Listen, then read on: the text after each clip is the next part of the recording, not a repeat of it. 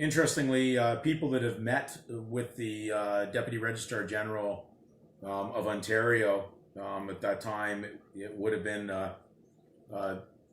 Judith M. Hartman in the case of some people. That was the Deputy Registrar General. And not here, you have to understand, these videos are just dealing with fact, even though the world that the governments work on is in fiction. But we're here just bringing facts together. So sometimes I think people misunderstand that I'm declaring judgment on these government leaders. That's going to be God's position to do. He sends his son, Jesus Christ, who is the righteous judge who will actually take care of business on this. It's not up for me to do that, and it's not up for you. So, be at peace, because that's what we're here to represent. We're peacemakers, unlike the Canadian government that are called peacekeepers in a strange sense, still bearing arms. But we're peacemakers. Now, they mentioned that these Deputy Registrar Generals have mentioned that these are a valuable token. I, of course, do research, so I want to go find out what a valuable token is. Can't find it in the Canadian Law Dictionary. I can only find where it says C, literally a counterfeit token of value, which is a fraud, which is a token of fraud, basically, in other words. Well, because it's not a real citizenship. You couldn't have one. You're not a member of the bar. You didn't write the legislation. You're not party to whatever's going on here. You're a stranger to this contract.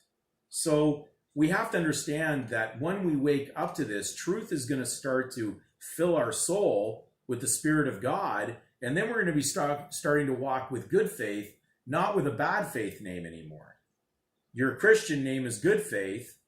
The last name attached to saying you're a citizen of one of these legal nations is bad faith towards God.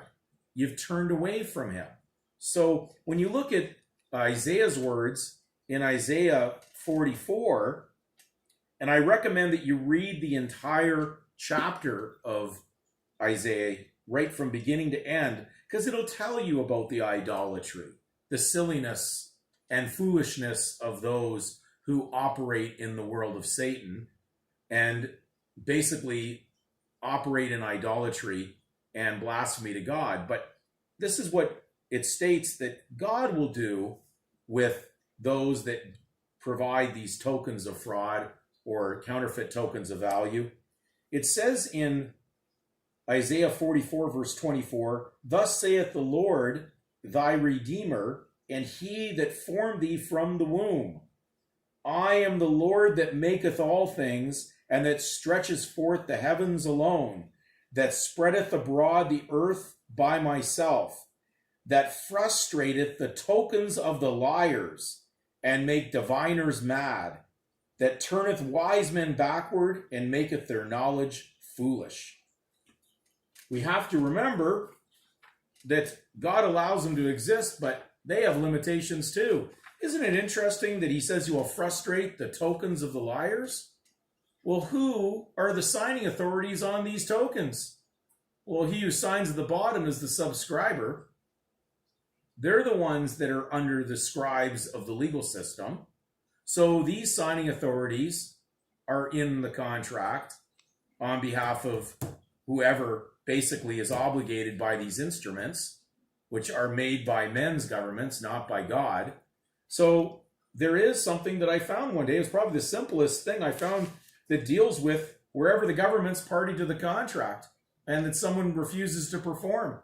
And you'd be amazed to find out that it's called the Frustrated Contracts Act. In God's world, there's a covenant he has with you. In man's world, he does contracts. Don't be fooled. If you're involved in contracts, you're involved in Satan.